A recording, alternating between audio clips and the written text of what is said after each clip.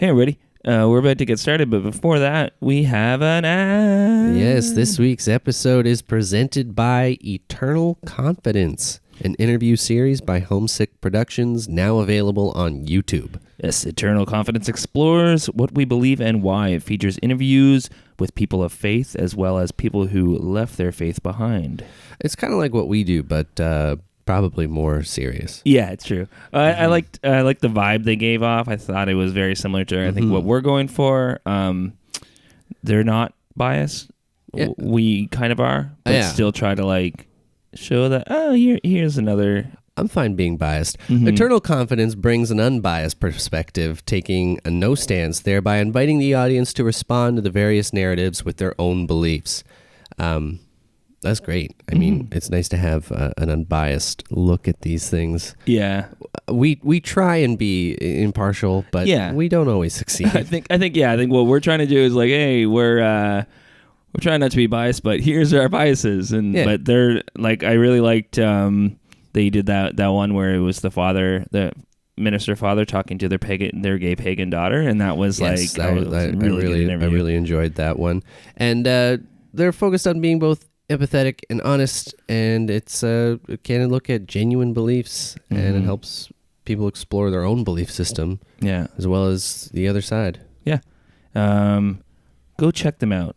Let them know that hey, believe it or not, send us. And they're just starting their second season, so I mean, go check it out. There's a whole season to start with, and then if you like it, watch season 2. Watch season 1. Watch season 2.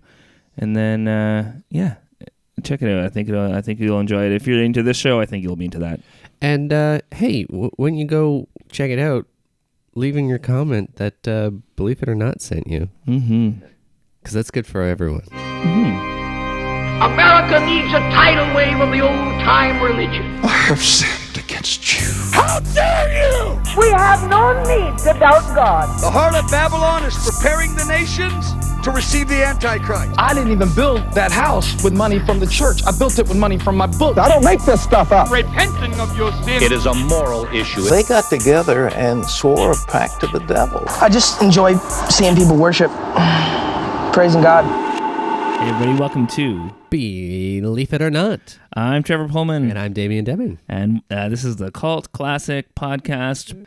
We're talking cults. Is that what we are? Well, I think we're a cult classic. Wait, are we talking cults? Yeah, we're going to talk about cults. So I thought we'll say we're the cult classic. We're not cult classic. Wait, do we have a cult following? I guess so. Do we? No. You out there listening right now, if you think you're a cult following, let us know. Yes. In the comments section. I'm sorry, Letty, but my stepmom won't watch movies if they're considered a cult classic because she thinks it's occultic. Really? Yeah. What? Yeah, if she sees cult classic or whatever in the description, she won't watch it because she thinks that means it's from a cult or it's occultic. I would probably argue, though, that's probably a good thing because most films that are considered cult classics have something that someone who is worried about things like cults probably wouldn't like. That's anyway. True, yeah. So, if anything, it's probably a pretty good litmus test for whether or not they're going to enjoy the film. And it's, you know what? I think they're doing the right thing for themselves. Yeah, I think so. So, when you hear the word cult, not cult classic, but when it comes to the world of religion, what kind of ideas pop into your head? See, it's one of those things where I'm almost it's such a fine line between legitimate religion, legitimate in air quotes, and cult that I'm just kind of okay, because there's so many denominations that would be considered cults. I think Scientology is a cult, but that's fairly legitimate, I guess. And I mean they are tax exempt as a religion. That's what I mean. So cult is a very gray term. Yeah, and I think it's just there. I mean, unless you're one of the really crazy cults. Yeah. There's some really extreme ones, but I think there are some less extreme ones that would still be considered cults, but maybe not by everybody. Yeah, and that's the thing. So I was talking about the podcast, and my friend was like, oh, you should talk about cults. And I was like, well, we've talked about specific cults, and we've Yes. talked about specific like new religious movements and stuff. And then she's like, well, yeah, but I was wondering like what the difference is between a cult and religion. And I thought that'd be a fun thing to kind of look into, Right. and figure out what the difference kind of is. And so in my research, I was finding that it wasn't really until the 20th century that the word cult got a negative Right. connotation. And it used to be more about like a specific kind of a sect of religion or a small religion that has like a very specific focus. It was more like a chapter. Yeah, exactly. And it's like the cult of Mary or whatever, or like the cult of, St. Thomas or whatever it was. Or like the Ottawa chapter of the Hells Angels. Yeah, exactly. But then like 20th century comes around and we get a bunch of different scary cults, scary-ish small sects. Do you think that's just because there were probably a bunch of them there, or they were always there, but they didn't have the reach that they do now? Yeah, I think so. I think more recruitment tools out there using What's the beautiful thing about the internet? Yeah, is the that, internet. No matter what weird shit you like or are into, you can find someone else in the world who's also into that. For sure. This podcast. Yeah, and I mean the 60s was a great time for cults because a lot of people are searching for free love and stuff. Yeah, and meaning and religion, and where they can wear flowy robes. Yeah, people are starting to break. Shave Yeah, exactly. People are starting to break away from like the religions they grew up in, and they start to kind of search for other. Right. I mean, that's a very susceptible time for it too. I would think when, especially after like the 50s and such, nuclear family, hard ideals about that kind of stuff. So yeah, over the last like 50 years, we get Jonestown. It's a big one. The Manson family, the Heaven's Gates called in the 90s, the Branch Davidians, who we talked about. And of course, all these things are happening, and people are like afraid of cults. Yep. And then there's always the argument that like the difference between a cult and a religion is the age. Like how old your religion is? Like if it's a new religion, then it's a cult. I mean, technically, yeah, Christianity was a cult. Yeah, Christianity was definitely a cult. I'd say, most major religions are started out as cults. Cult. Yeah, it's almost like over time, obviously language changes, so the word cult gives this connotation in people's minds. So of course, now we're trying to define what the difference is between a cult and a new religion. So it's kind of almost dismissive just to say, a religion is just a cult that passed the test of time, because although it's probably true, they are kind of different things at this point. I also don't know if something passing a test of time necessarily legitimizes something. Yeah, exactly. Because there's a lot of very awful things that have passed the test of time. It's true. But it doesn't make them good. Yeah. Well, it's like I was watching a video by Hemant Mehta at the Friendly Atheist, and he was talking about how it's like, well, you can't just say it's a charismatic leader, because a lot of megachurch pastors and stuff have it's the same idea. Charismatic leader, and like you can't say it's like abuse, because we know that the Catholic Church has a lot of abuse, and that's not considered a cult. So it's like what does count as a cult then? So I was just kind of Googling what sociologists and psychologists like kind of would use to define. I found one. I was like, this is an article, and then but the person who came up with the list to tell a cult from a religion was Mike Bickle from the International House of Prayer, the leader of the International House of Prayer, which is basically an end times cult. So he came up with the definition. So he came up with a list, and I'm like, I'm not even going to touch that list.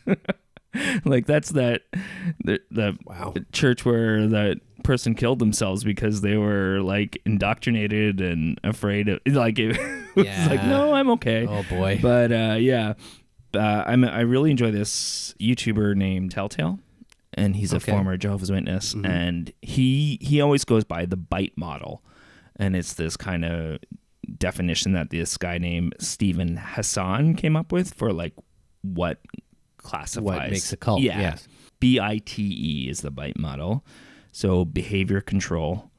So basically like there's strict rules with punishments on how you can behave, the words you can say, where you can be, information control. So cut you off from, internet, even calling loved ones, and thought control. So just like that's basically like what's the E? E is emotional control. So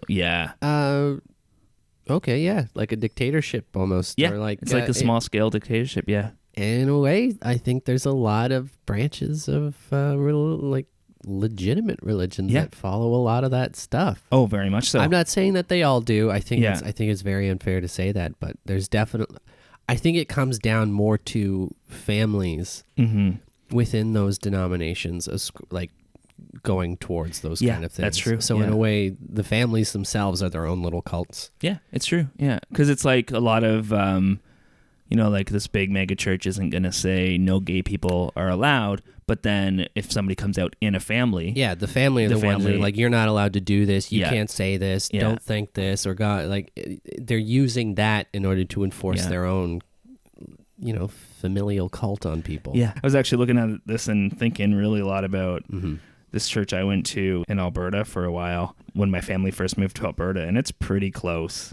Like besides information control, but even that, you weren't really allowed to ask questions, like to question anything that they taught. If the pastor said something, it was pretty much gospel. So like in a way, that's a form of information control. Like you can look at other information, but you can't accept it. I don't think I would do well in this kind of situation. No. I'm like always a contrarian and question most things. Yeah. Not even necessarily because I disagree with it, but just because I want to stir it up a little bit. Yeah. Well, and you don't want to just have people thinking the same thing and being told the same thing. No, and I not want even someone questioning telling me it. stuff. Yeah. Like, no, I'm okay. Yeah, and you can if something's real, then you should be able to question it. Yeah, no, of course. Yeah, of course. I mean, I say that, but then, you read a bunch of shit on the internet, and some of it you question, but some of you're just like, oh, yeah, I read that on the internet. That's true. Yeah. So, in a way, we're in the cult of technology. No, it's true. You know the Netflix show Explained? Mm-hmm. They had an episode about cults, and they talked a lot about that. Like incels, for instance, is very similar to a cult in the way they think and the way they communicate and just, like, build on each other's like negative things. What's the echo chamber? Yeah, right. Exactly. You're becoming more and more exposed to people with like-minded views. And you stop hearing other people's views, and then exactly. And is it a confirmation bias? Is that what it is? Maybe where more and more people are telling you that this is what it is, so you don't believe. There's a few like phenomena about it too. Like there's the one where hearing misinformation more and more, you start to believe that, and you stop accepting facts or ignoring evidence supporting those facts as well. Mm-hmm. I don't remember who it was, but somebody on the internet was saying that their favorite argument they ever got into was this guy who said that people will change their opinions based on new information. Yeah. And she replied that actually studies show that people are pretty grounded in their opinions, and new information won't change their opinions, and he disagreed with her. Yeah. I mean, I think it depends. Yeah. There's definitely been things that have changed my opinion. Oh yeah. Sure, but you have to like be open to that. I think. Of course. Yeah. That's my thing when on the other podcast I do, when we talk about paranormal and ghosts, and how I say I don't believe any of it. And they say, how could you not believe it? And I said, well, if there was empirical evidence or something that would be replicated and prove it, I would believe it. Until that time, I don't believe it. Yeah, actually, I want to maybe do an episode where we talk about mediums and dive into that medium you guys talked to on Spooked. That would be, yes. I'll vent my frustration. Did you ever have any problems with your car? No. No. Never So then did. it just gets ignored. And, Cody never had a penny on his head. Yeah. I never met someone on the street corner who I haven't seen in years. So it's all horseshit. Yeah. For those of you who don't know, on the comedy podcast I did, we interviewed a psychic medium. I got really mad about it the week before we had him on because I didn't really want him on. Yeah. I was kind of talked down. He's like, we're a comedy podcast. It's like about paranormal stuff. We're having fun with it. And I'm like, fine. So I really bit my tongue for a lot of it too. Yeah. But I was not happy about it. I still kind of called him out a little bit. Yeah. But I could have really put him on blast if I was really. Yeah. We should get him on. If I was really going for I don't know if that's a good idea. No, I don't think it is. I don't know. Yeah. Yeah. There was another article, I think it was, top 4 signs you're in a cult. Mm-hmm. It's like, this was How to Tell You're in a Cult by Sarah Coughlin. Was the article. Number 1, they'll rush you, is what she said. They'll rush you. They'll rush you into making a decision. Yeah, which makes a lot of sense. And and actually, Telltale talked about MLMs and how similar MLMs are to for cults. sure. Yeah. Oh, I mean, sales is basically the same kind of thing. Yeah, they rush it's into true. it. They They don't rush you give you the into time it. to think about Yeah. it. They give you the best options of what it is, but not tell you the consequences. Then Yeah. you get signed into it. Yeah. And then they gaslight you. Yeah, it's true. And just we like, didn't say that. your neighborhood church isn't gonna like say, make a decision, come to our church. You have to make a decision by this time or whatever. That's the beautiful thing about Yeah. it. You just don't have to go. You just don't have to go. Yeah. And so that's, you can tell that there's something dangerous going on. I will say, I said that you don't have to go. There is something, especially in smaller towns, that is a lot harder to not just go, though. It's true. Yeah. And it's something that I don't really like about small towns is that everyone always knows everyone's business, and for some reason it matters. It's true. It's like, Another thing that bothers me, and I've heard this is just an Ontario small town thing, but every conversation just revolves around how much things cost. Yeah, I hear that a lot. Crazy. I hear that. It's like, I remember when I used to come in here and it was $2 for a beer and you could get a whole hamburger for $1.50. I'm like, okay, Yeah, that's fine. yeah. Well, that's when cost of living was super low. Wages, you were making like $1 an hour or whatever. Yeah. So things are very different now. Inflation does exist, yes. So it's like the education thing. It's like, why are these people going into debt to go to school? They should just that work drives their me way crazy. through it. I was like, okay, yeah, All right, good call. yeah, Yeah, except like you know these things cost 700 times what they used to. Yeah, exactly. some astronomically Yeah. stupid thing. Like, number boy. 2 is their leader is their higher power. It's a common one. Right. And that's the one I found in that church in Alberta that I went to. Yeah. Wasn't necessarily that he would come out and say he was, the second coming of Christ, but he sure as hell acted like it. Right. The people in the church definitely thought that he was. And he would do these little prophecies that two people in the church would get married or whatever. So he's basically like marrying them Yeah, off. he's playing and- matchmaker. Yeah, it was That's weird. kind of gross. That is weird. Yeah. He also had this prophecy that they would have 5,000 members by, I think it was like 2001 or something like that. And so this was like in 98 that we started going. They bought a church. They sold their church, bought another church because they were going on faith, or bought property to build another church, built it, couldn't afford at all because the prophecy did not come true. They had to sell that property and move back to the small building. But everybody followed him. It's like mostly like a good chunk of the church is his family and like other families. But yeah, I find that's even more depressing when Yeah. it's their family. But I mean, that makes sense because those are the people close to you and who are going to believe you more readily. Yeah, it's true. Well, I mean, look at Westboro Baptist. Like half that church is the family. That's a sad thing. Yeah. I don't know if we're going to talk about that or not, but that you sent me that video the other night. Is that going to be in a different episode? Which The one about the pastor and his daughter talking with each other? Oh yeah, that'll be in a different episode. Okay, I just wanted to, because it relates to the family thing Yeah. as well. I thought that was a really nice look at two people with very differing views, but still having an understanding about what it is and not really a judgment. Not a perceived judgment anyway. Yeah, it's true. There could still be some underlying things, Yeah. but I think it was a very healthy conversation. It was really nice to see. So that's- we will be talking about this video in another episode. Hey guys, breaking up in the middle of this episode to remind you again to check out Eternal Confidence on YouTube. Yeah, if you forgot what we said at the beginning, Here we go. here we go. Eternal Confidence, it's the interview series by Homesick Productions that's available on YouTube. It explores what we believe and why. It features interviews with people of faith as well as people who have left their faith behind, like me. Yeah, I mean, they're doing this unbiased, unlike us. We're very biased, and with our very biased opinion, we think that you should check this out. Mm-hmm. We're unbiased in that I want you to listen. No, that doesn't make any sense. If I was unbiased, I would still tell you to Yes. check it out. But they're in their second season now, so Yeah. So yeah, check them out. Check out.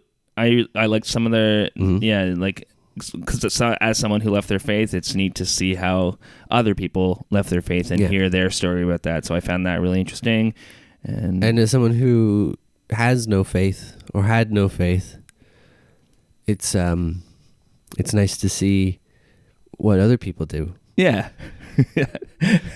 Leave a comment on their YouTube channel saying that Believe It or Not sent you. And thanks everyone. Okay, love you. Back to your regular scheduled thing.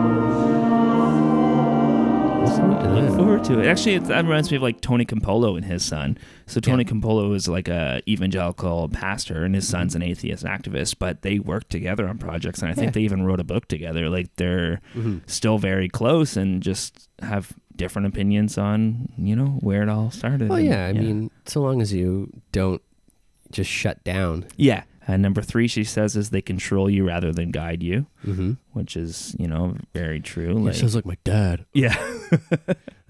Well, it's like a relationship where you get, you work through life together, or is it a relationship where one person just has all the say and like which one is healthier? And and then they make it impossible to trust fellow followers is another sign, she said, of. Yeah, I guess if everyone doesn't trust everyone, that's when you're going to start self-reporting, right? Yeah. And that's how you get more control. If everyone's an enemy except the leader. Yeah, so I found a bunch of those lists like that, and I was also like, when I was watching the Explained episode, Reza, what's that guy's name? Reza Aslan or whatever. Do you know him? He's like a religious scholar or whatever. He did this interview years ago on Fox News because he wrote a book about Jesus. But he's Muslim. Okay. But he just wrote. He wrote a book about like the historicity of Jesus, and they're like, "How could you, a Muslim, write a book about Jesus?" He's like, "Well, I didn't write it like as a Muslim. I wrote it as a religious scholar." Yes. And they just kept saying that he was trying to, sabotage Christianity or whatever. It's like, no, I write books about religion, and this is just one book I've written about his religion. Job. He's a professional. Yeah, that's there is some sketchy stuff about him, I think, like some of his degrees or something is kind of questionable, but still, like, it was a great interview. And he's but he made the point that, like, a lot of people are referring to what you used to refer to as cults as new religious movements, right? And which makes a lot of sense. Actually, when I was in Bible college, they used to have a class called cults. And then they changed it to cults and new religions, and then eventually they just called it new religious movements, because, part of it too is you had to go to a Mormon church or you had to go to a Jehovah's Witness church, and like people would be like, "Oh, I'm just here for my cults class," like, "Oh, don't say that." Yeah. But yeah, so it's one of those things where it is a mindset of what that word is. And it's really easy to dismiss anything you don't agree with as, oh, that's just a cult. Yeah. But what is the point of having these different distinctions? Maybe to say that we don't want you in this dangerous place? Like, see, the weird thing about it is it almost just seems like a way to delegitimize something that you don't subscribe to as well. I mean, I definitely think there are situations where they are dangerous things and you shouldn't legitimize them. Yeah. But like you said, like the fear of it and how it became such a negative connotation and all these things where like they're a cult because of this. And it's like, well, why are they a cult and you're not a cult? It's just another way to say, like, see, because they're not legitimate, that legitimizes my beliefs more so than it does whatever else it is. Yeah, exactly. Because nobody's ever going to be like, "Oh, I'm in a cult." Yeah, and I mean, I think it is just human nature to try and delineate and find patterns and find orders and meanings to things. So, so I get like linguistically and like why we do that, but I do think part of it probably has to do with that. Yeah, it's true. Because like I think, you look at Scientology and like, I mean, most of their fight has been to prove that they're not a cult. But they continually abuse people to this day, and they're like, it's insane. Yeah, and they intimidate you if you try to leave, or they follow you around if you're criticizing them in any way, or like, oh, there they are now. That would be really interesting if we started having Scientologists following us around. Yeah. Have you seen The Leftovers? No. Okay, because there's one cult in there. That's how they recruit people, is they just like follow them around for a while, and then hopefully they become friends. They become friends, I guess. I don't know. Like, hey, I've been noticing you around here a bunch. Yeah. What? Yeah. It's actually a good show, and I recommend it. HBO. All right, I should check it out. I got to get caught up on a lot of TV. Same. I'm very Same. behind. Yeah. Movies, too. Yeah. I still haven't seen the new Star Wars. Oh, I saw that. Yeah? A lot of people didn't like it, but guess what? I did. You know what? It's a cult. Yeah, it's true. Just saying. There's some cults in it. Yeah. Fanboy cult. Fanboy cults, yeah. Yeah. That was a bad movie. Stop letting other fanboys dictate what you believe. You like it? Wasn't it, I think The Last Jedi? It was Russian trolls that made people hate it. Was it? I think so. Really? Yeah, something about that. 2016. I think it was Russian trolls. Wait, The Last Jedi, the Russian trolls hated? Okay, that's weird. Yeah. I don't know what Russia's doing anymore. Yeah, or China. They're messed up. But do you have any other thoughts on cults? I don't think so. I mean, I think we kind of got to the base of what we wanted to say about them. Yeah. I mean, it's hard to put it on blast because it is such a, well, not put it on, but you know what I mean. It's hard to really break it down because it is such a general term. Yeah, it's true. And it's one of those things too where you could be in a really abusive kind of relationship with your church, but it's not really a cult. And you can find maybe a small group of people who believe weird ass shit, but they're actually not too bad for you. I don't know. That's fair. Yeah. Like my dad was going to a church where people were like really supportive and nice to him, but technically they have different theology that if he was paying attention more to that theology, he would have realized that they were very different than the church he grew up in. But they were a nice group of people and they supported him. And sometimes that's all people are looking for. Yeah, it's true. And that's, that's the power of it. Yeah. It's the power of love. Yeah, it's such a case by case, and I think it's a lot more individualistic than it is like overarching groups. Yeah. To be fair. Yeah, it's true. Maybe that's what the difference between a religion and a cult is. A religion has this huge reach, while a cult is a little more, I don't want to say personal, but this time it's personal. Yeah. And it almost seems like a lot of times, quote unquote, cults will be more about meeting the needs of either the leader or a few on the top, as opposed to like meeting the needs of everyone. So it's like they're getting sexual gratification or money or whatever out of these people, as opposed to a movement that's actually like helping these people. I think that's another way you could kind of separate them too. But you mean like the cardinals and the bishops? How the Mormon Church makes people pay, and the Mormon Church 10% of their income. And did you hear about that thing where they're hoarding like billions of dollars? No, but I can believe it. Yeah, like under the Utah desert or whatever. Well, it's like because as a charity, you can't just keep money. You have to spend money to be tax exempt. But they don't do that. They have billions of dollars. That's insane. They're not going to be tried probably because I don't understand why there are tax exemptions for religious organizations. I think they should get maybe tax exemptions for provable charitable things they've done. Yes. But not for every dollar they get. Yes. I was reading somewhere in the States, at least, I think that they're not tax exempt for certain things, but a big thing is property. I know they're tax exempt. And the pastor's property. Yes, which can be obscene sometimes. Yeah. But I agree that like there is a lot of good things that a lot of churches do, but I don't know if tax exemption is a good thing. No, they could probably solve a lot of problems if they, even just like a little bit of a tax. Like, come on, guys. Yeah, come on. Like this is Montreal, I think, is changing some rules on that. I think they did that a few years ago. I saw because I think I saw that same thing. Yeah. But then when I looked into it, it said this is from 2016. Oh yeah. So like somebody shared a thing on Facebook recently about a Calgary bus driver who refused to drive the Pride bus, and I was like, oh, outrage. And then I was like, what? And then I looked and it was 2013 or something like that. Yeah, it was a little while ago. Yeah. I mean, you can still be outraged by it. Yeah, that's true. It was in the past. It was in the past. But speaking of the past, let's talk about some Christian rock lyrics. Oh Can't you see you're not making Christianity better? You're just making rock and roll worse. Okay, so this was I guess a metal band, Christian metal band, called One Bad Pig. One Bad Pig. Yeah, and I remember they had a song that was like, if you're sitting in the church and you're making lots of noise, shut up. That's the one I always heard. Is that really a song they had? Yeah. But this song is called You're a Pagan. Okay. Feel real low, smoke a joint, cuss real, make your point, rock and roll's all you play. They're a rock and roll band, so I don't know why they're judging. Always getting your own way.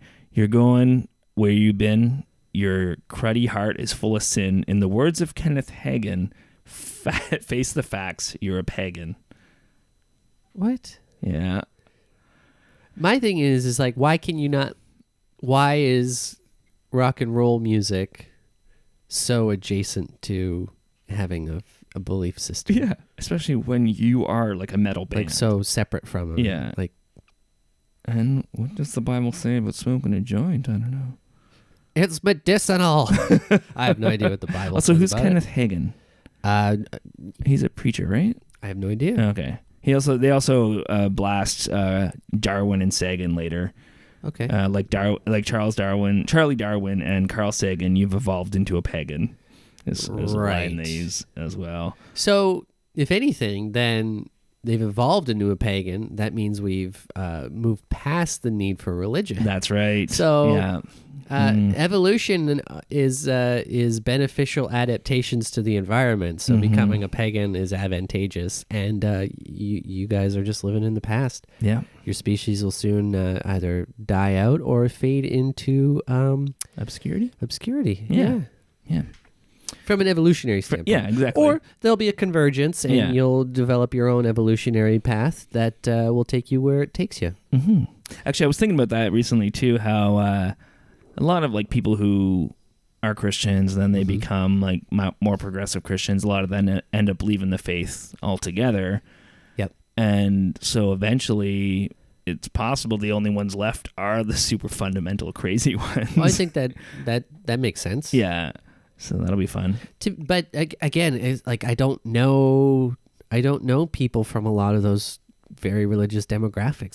That's true. I don't come in contact with a lot of those Neither do communities. I anymore, yeah. So it's hard to say what it is like there, because there's still a lot of people who have very strong beliefs and convictions. I'm not saying it's necessarily bad. I just think, especially when we're living in a large city where... Yeah. Oh, I mean, I work at a vegan restaurant, and with the most liberal people on the planet, bunch of pagan libtards, and it's so great. It's my favorite. I don't know if I'm allowed to say that. Pagan libtards? Yeah, I don't know if that's okay. Libtards is a problematic term. I know. I felt bad saying it. But I've been called it in my life. Have you really? Yeah. Okay. I have a family member who likes to use the word too. Wow. Yeah. Okay. But yeah. That's a whole other can of worms. We'll get into another episode. If you have a problem with me saying that, realize that I was saying it satirically and not genuinely. Yeah, exactly. And thanks a lot. Join our cult. That's what we're saying. Yes, please. And we'll catch you guys next time on Believe It or Not. Bye. Work, Sky Moon. I'm loving this coffee. Okay. But it's a good cup. You've been drinking that drip? Yeah, drinking that drip. Yeah, a little behind the scenes. Trevor's drinking drip coffee from a smart home outlet. Mm-hmm. I live in a smart home, and I bought an Alexa, and I bought a smart bulb. You live in a smart home. If you buy one smart bulb for your lamp, and you buy a couple smart outlets, they're cheap now too. Yeah, they're really cheap. Yeah, and I grabbed a couple after Christmas, and they were like on sale in Boxing Day. You got the ones that have different colors? Yeah. Oh man. Yeah, and so I say, Alexa, make it sexy, and then the light turns blue and it starts playing like sexy music. It's pretty cool. I think it'd be funny if it just turned it off and said, "Trevor, I'm not going to do that. I'm not doing that. I do not consent. I do not consent to this perversion."